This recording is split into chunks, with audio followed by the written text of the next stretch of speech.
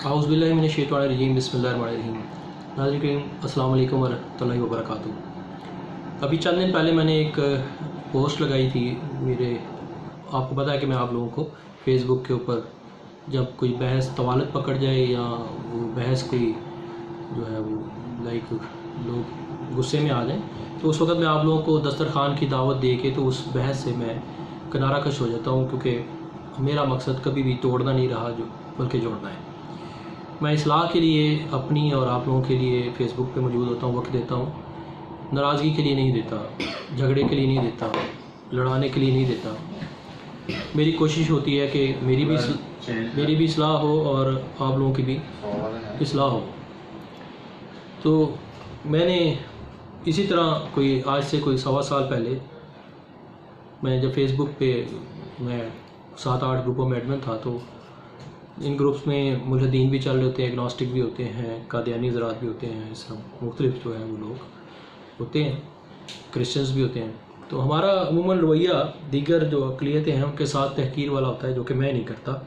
मैं अपने दलाइल दे के तो या तो दस्तरखान की दावत दे के रुखसत हो जाता हूँ। गुफ्तगू को मेरा मौक़िफ़ मजबूत भी हो तो मैं दूसरे के मौक़िफ़ के ऊपर छोड़ के साइड पर होना तरजीह देता हूँ। इसी तरह मेरी तवज्जो दिलाई गई कि ये एक साहब जो है वो अहादीस से रसूल सल्लल्लाहु अलैहि वसल्लम लगाते हैं और उसके ऊपर तहकीर करते हैं। तो मुझे वहाँ पे बाकायदा अटैक किया गया। मैं जब वहाँ पहुँचा तो एक अकाउंट था, मैं नाम नहीं शो करूँगा, उस अकाउंट के ऊपर अहादीस के ऊपर हकीकी तौर पे तहकीर की जा रही थी। लोग वहाँ पे गालियाँ दे रहे थे, लानतें डाल रहे थे। मैंने बजाय इसके कि मैं गालियाँ देता और लानत डालता, तो उस वक़्त जो उस हदीस का मौजू था उसके ऊपर गुफ्तगू करना ज़्यादा मुनासिब समझा। और हदीस ये थी कि कोई शख्स सुबह के टाइम पे 7 अजवा खजूरें खा ले तो शाम तक जादू और जहर असर नहीं करता, और शाम को खा ले तो सुबह तक जादू और जहर नहीं कर सकता। तो साहिब पोस्ट का ये मुतालबा था, कौन है जो इसका अमली मुजाहरा दे सके, जिसके ऊपर लोग लानत भी कर रहे थे, गालियाँ भी दे रहे थे और मुख्तलिफ अलकाबात से नवाज रहे थे। लोग अपनी जगह हक़ में जानब है, क्योंकि ये कौल सरकार दो आलम सल्लल्लाहु अलैहि वसल्लम हज़रत मोहम्मद मुस्तफ़ा सल्लल्लाहु अलैहि वसल्लम का है। तो हमें इसमें बिल्कुल भी ये नहीं है कि ये कौल हक़ नहीं है, ये कौल हक़ है। लेकिन जो लोग इस दीन पर नहीं हैं या इस दीन के बगावत कर बैठे हैं किसी भी वजूहात से, उनके लिए ये बात शक वाली है। तो अब हम उनको लानते देंगे, गालियाँ देंगे तो मामला हल नहीं होगा। मैंने उन साहब को अपना एड्रेस, फ़ोन नंबर और अपने घर के अफराद की तादाद लिखे। मैं कहा, आगे रमज़ान शुरू हो रहा है तो आप 1 महीने की खजूरें मुझे भिजवा दें, मैं ये खजूरें खाने के लिए तैयार हूँ। दर हकीकत हमारे ये जो मुल्हिद दोस्त हैं या जो मुसलमान से मुल्हिद हो रहे हैं, जो एग्नोस्टिक हैं, इन्होंने दीन का मुताला नहीं किया हुआ। उस अल्लाह की दूरी और मुताले की दूरी की वजह से ही ये इस चीज़ में चले जाते हैं। लेकिन जैसे जैसे इनका मुताला हो, ये लोग हमसे ज़्यादा अच्छे मुसलमान साबित होते हैं। उसके बाद मैंने अपना एड्रेस लिखा तो उसको बहुत हैरत हुई। कहा, आप हैरत से मुझे आप कह रहे हैं जी कि आप खजूरें खा लेंगे और जहर खा लेंगे, जबकि दीगर लोग तो मुझे लान तान कर रहे हैं। आप एक बार सोच लें, शायद आपने पोस्ट का मतलब नहीं समझा। मैंने कहा, ये पोस्ट हम बचपन से पढ़ते आ रहे हैं, प्लीज़ हमारा इस पर बचपन से ईमान है, आप खजूरें भेजें, मैं खजूरें खाने के लिए तैयार हूँ। कह रहे जी सोच लें, मुझे आपकी फ़ैमिली का ख्याल आ रहा है। मैं क्या, मेरी फ़ैमिली का ख्याल ना करें, आप खजूरें भेजें, मुझे भी अपनी फ़ैमिली का ख्याल आ रहा है तो मैं आपसे खजूरें तलब कर रहा हूँ। कहते आप शायद पोस्ट नहीं समझे। मैंने कहा, मैं पोस्ट समझ चुका हूँ, आप हदीस नहीं समझे।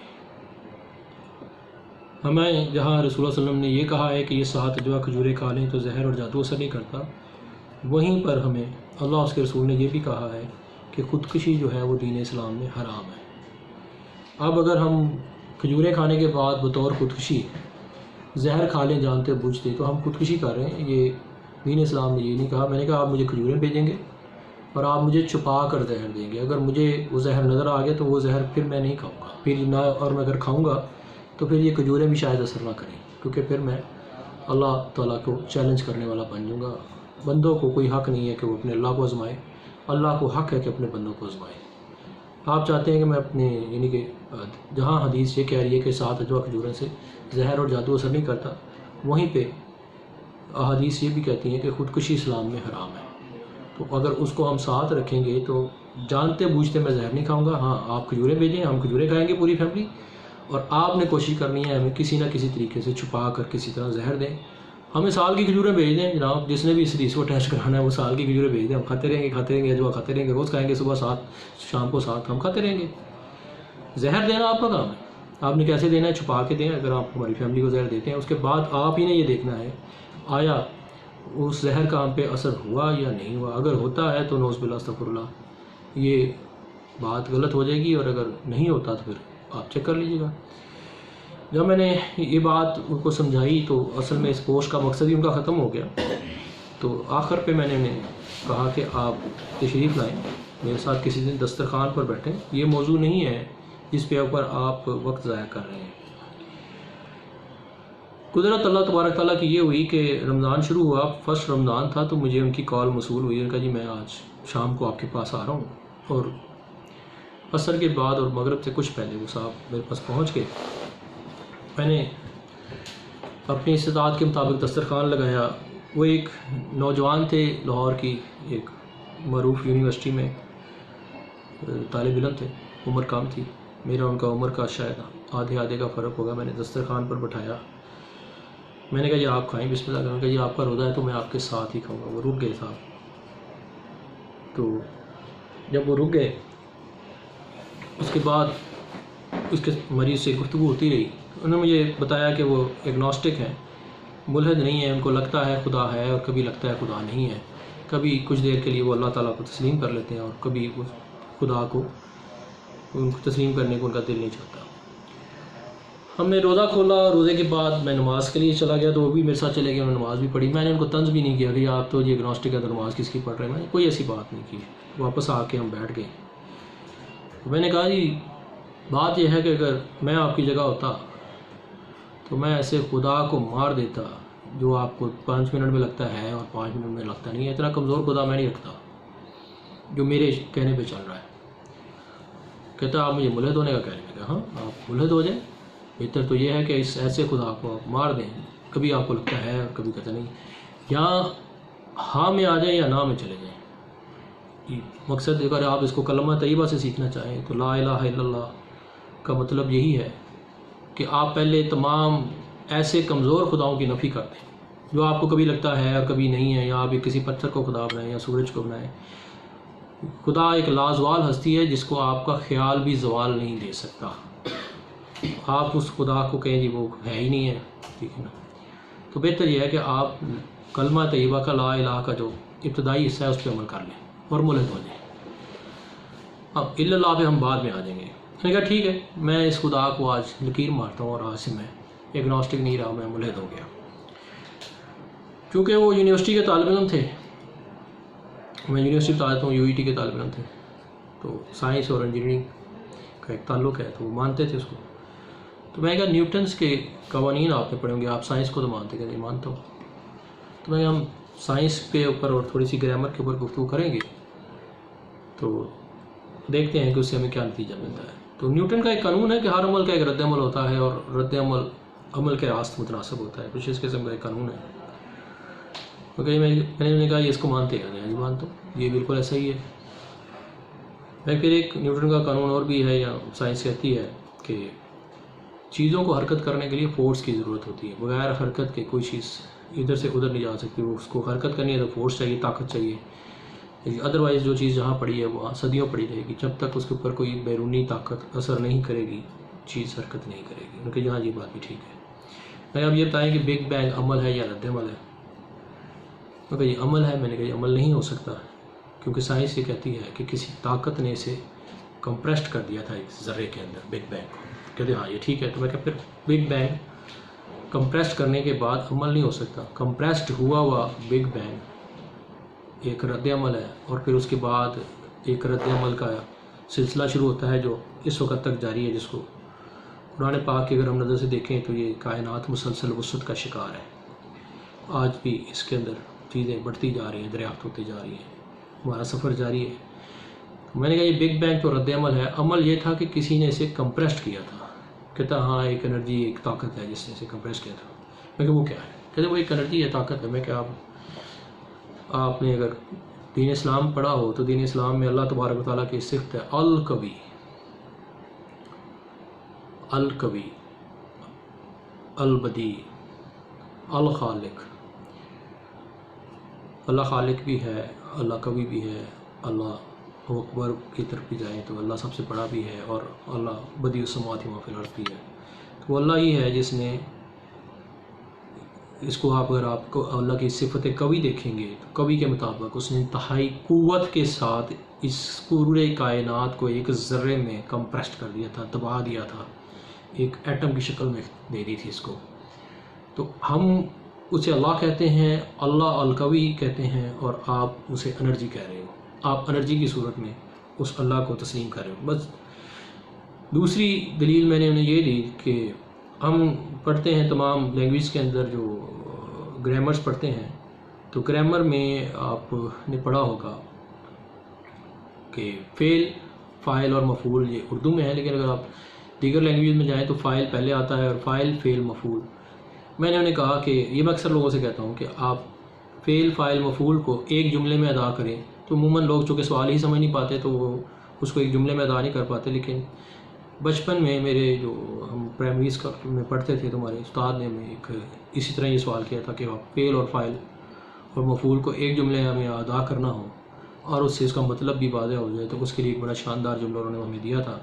وہ یہ تھا کہ فاعل کے فعل کا نتیجہ مفعول ہے، اسے ہر بندے کا کردار بھی متعین ہو جاتا ہے اور واضح ہو جاتا ہے کہ کیا ہے، یعنی کہ تینوں جو کنڈیشنز ہیں وہ واضح ہوتی ہیں۔ فاعل اس کو کہتے ہیں جو فعل کر رہا ہو، اور اس فعل کے نتیجے میں جو چیز پیدا ہو رہی ہو وہ ہمیشہ مفعول ہی ہوتی ہے، وہ مفعول ہے۔ تو فاعل کے فعل کا نتیجہ مفعول ہے۔ یہ جس دن میں نے یہ پڑھا تھا انہی استاد کے پاس، تو میں نے کھڑے ہو کہا تھا کہ سر اگر آپ مجھے یہ پڑھا رہے ہیں تو کائنات کا ایک اللہ اس گرامر میں ثابت ہو جاتا ہے کہ جب تک فاعل حقیقی نہ ہو بگ بینگ کا فعل ہو نہیں سکتا، جب تک فاعل حقیقی نہ ہو کائنات مفعولی ہو نہیں سکتی۔ الحمدللہ سوچنے، غور و فکر کرنے کی صرف اللہ تبارک تعالیٰ نے پیدائشی طور پہ بچپن سے عطا کی ہے۔ یہ پرائمری کلاس تھی ہماری، لائک 4 یا 5th کلاس میں ہمیں پڑھایا جا رہا تھا۔ ہمارے ٹیچرز بہت اچھے تھے اس وقت، اس زمانے کے، ہم ٹاٹو میں پڑھتے تھے لیکن ٹیچرز بہت اچھے تھے، اللہ ان پہ رحمت کرے۔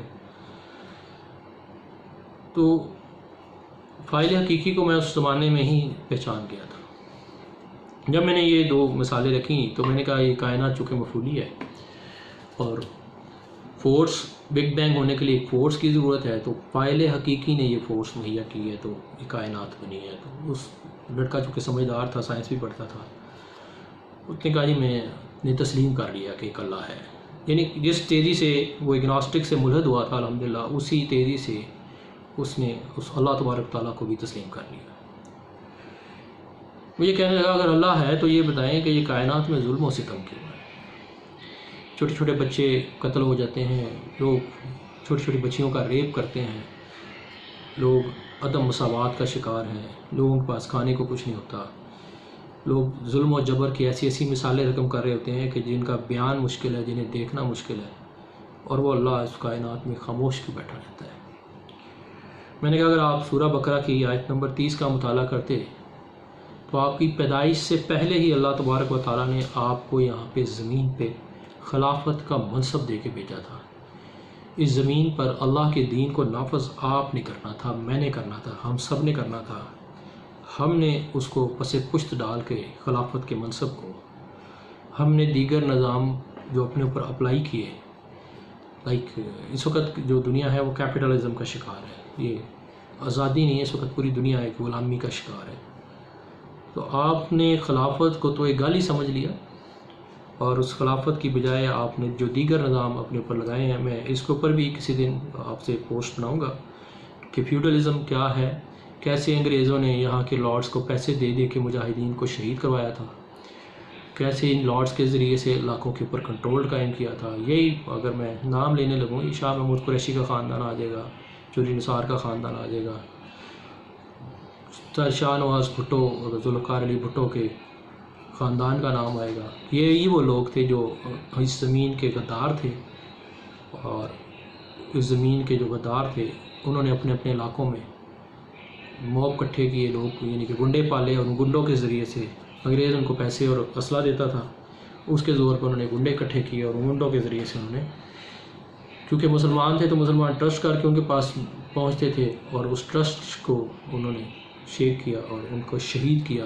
और शहीद करके किसी ने सिंध पे कब्ज़ा किया, किसी ने पंजाब पे किया, किसी ने यानी मुख्तलिफ़ शहरों पे, मुख्तलिफ़ जगह के ऊपर ये फ्यूडल लॉर्ड्स बैठे और फ्यूडल लॉर्ड्स के ज़रिए ज़मीन पे कब्ज़ा किया गया। तो आपने जब मनसब खिलाफत को छोड़ दिया और अल्लाह के दीन को आपने पसे पुश्त डाल दिया, तो आज आप कहें कि ये जुल्म अल्लाह की वजह से क्यों है, तो अल्लाह ने तो आपकी पैदाइश से पहले ही आपको इस ज़मीन के ऊपर खिलाफत अता की थी कि आप खिलाफत करेंगे। और खिलाफत का मीनिंग सीधा सीधा ये है कि जो अल्लाह के अहकामात आते हैं उसके ज़रिए से ज़मीन पे अदल कायम करना, उसके ज़रिए से ज़मीन का निज़ाम चलाना।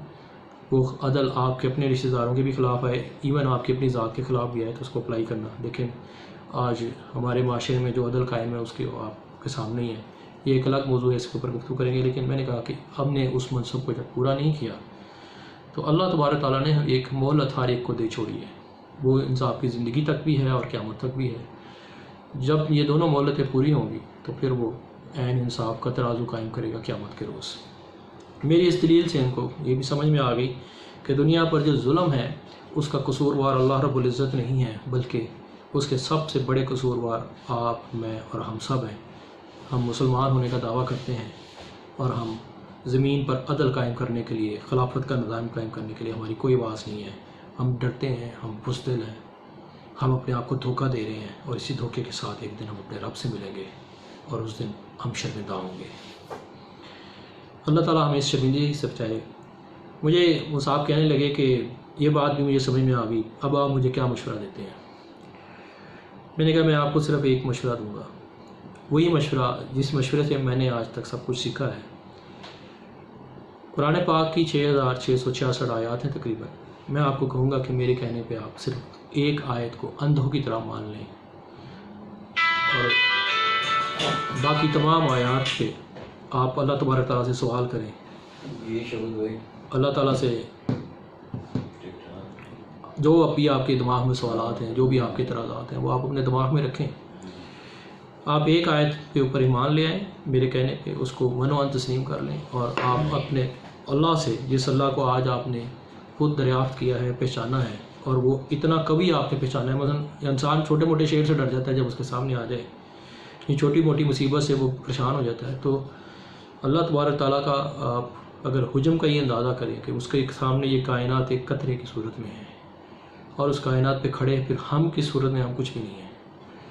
इतनी ज़बरदस्त ताकत का अल्लाह जिसको आपने बताया कि इस पूरी कायनात को जिसने एक सर्रे में मुकीद कर दिया था, इस ताकत के अल्लाह का आपने तकवा इख्तियार करना है, जो कि कुरान पाक की सूरह बकरा की पहली आयत है, यानी आप दूसरी आयत कह लें कि अलिफ लाम मीम ज़ालिकल किताबु ला रैब फ़ीहि हुदल लिलमुत्तक़ीन, कि बेशक इस किताब में कोई शक नहीं है और ये किताब जो है वो हदायत है मुत्तक़ियों के लिए। तो आप इस किताब में मुत्तक़ी बन के घुस जाएँ। जितना आप तकवा करके इस किताब में घुसेंगे, अपने दिमाग में सारे सवालात आप रख लें, तो वल्लाह फिर वो अल्लाह नहीं है कि जो आपको इसके जवाबात ना दे। यही वो किताब है जो आपको जवाबात देती है। और अगर आप इसके अंदर किसी मुतकब्बर की सूरत में घुसे, दिल में टेढ़ लेके घुसे, आप इसमें यानी कि अपने दूसरे मकासद के लिए घुसे, तो उसके लिए भी सूरह आल इमरान में आया था, जो कि किसमें आए थे, मुतशाबिहात भी और महकमात भी है। तो मुतशाबिहात में वो रचते हैं जिनके दिलों में टेढ़ है। तो आप दिल में टेढ़ की बजाय तकवा रख के इसी किताब में दाखिल हो जाएं, अपने दिमाग में सवालात का अंबार लगा लें, झगड़ें उस परवरदिगार से कि तूने मुझे पैदा किया है, अब अगर तूने ही मुझे राह ना दी तो मैं ज़लील ख्वार हो जाऊँगा। तो फिर वो अल्लाह नहीं है कि वो इन्हीं कुरान पाक की आयत के ज़रिए से आपको इसका जवाब ना दें। हमने खाना शाना खाया, वो साहब चले गए। अभी साल भर के बाद मैंने उनसे कहा यार मेरी खजूरें तो दे दो यार। तो वो बताने लगे कि यार मैं मुसलमान हो गया हूँ, अब मैं मुसलमान हूँ, मैंने शादी भी कर ली है, खजूरें भी दे जाऊँगा। अलबत्ता मुसलमानों की तावीलों पे मुझे अभी भी समझ में नहीं आती, पर ये अल्लाह का शुक्र है कि अल्लाह ने उन्हें राह हिदायत दी। कोई अगर गलत बात कर रहा है तो उसे गालियाँ देने से बेहतर है आप उसकी इस्लाह की कोशिश करें, लानतें करने से बेहतर है आप इस्लाह की कोशिश करें, कि यही अंबिया अलैहिस्सलाम का तरीका है, यही रसूल अल्लाह सल्लल्लाहु अलैहि वसल्लम की तालीमात हैं, कोशिश करें कि वो समझें। जंग को जंग के मैदान में रखें। अभी तो कोई आपने तलवार नहीं लगाई हुई, लेकिन हम फेसबुक को मैदान जंग बनाए रखते हैं, हम अपने दफातर को मैदान जंग बनाए रखते हैं। जंग को जंग पे रखें और इस्लाह को इस्लाह पे रखें। और ये कुरान भी आपको हुक्म देता है कि जब वो तुमसे दीन सीखने आए तो उनको कमाल शफ़क़त और मोहब्बत के साथ दीन की तालीम दो, फिर उनको उनके अमन पे मुकाम पे पहुँचा दो, फिर उसके बाद आप उन्हें मुबारज़त दो, फिर आप उनसे फ़ैसला पूछो। फ़ैसला आप वही नहीं पूछ सकते। तो जब दीन की तबलीग करें तो हिकमत, मोहब्बत, प्यार और समझदारी और रवादारी के साथ किया करें। ये जो पोस्ट थी, मेरे एक दोस्त ने कहा था कि मैं उसकी तफसील फराहम करूँ, तो मैंने इसके ऊपर बाकायदा मैंने कहा फिर वीडियो ही बनाता हूँ, क्योंकि लिखने से मेरे बाजू में मसाइल शुरू हो गए, तो मैंने वीडियो का सिलसिला शुरू किया है। इंशाल्लाह अगली वीडियो में या किसी और जगह पे हम इस फ्यूडल सिस्टम के ऊपर आएंगे। मैं पिछले 12 साल से, जब से मैंने खिलाफत को समझा है, खिलाफत के ऊपर ही कायम कर रहा हूँ। यही मेरा ओढ़ना है, यही मेरा बिछोना है, और ये मेरे लिए करने का लाज़िम काम है। आप सबसे ज़्यादा चाहता हूँ अपना सबका ख्याल रखिएगा। अल्लाह हाफ़िज़।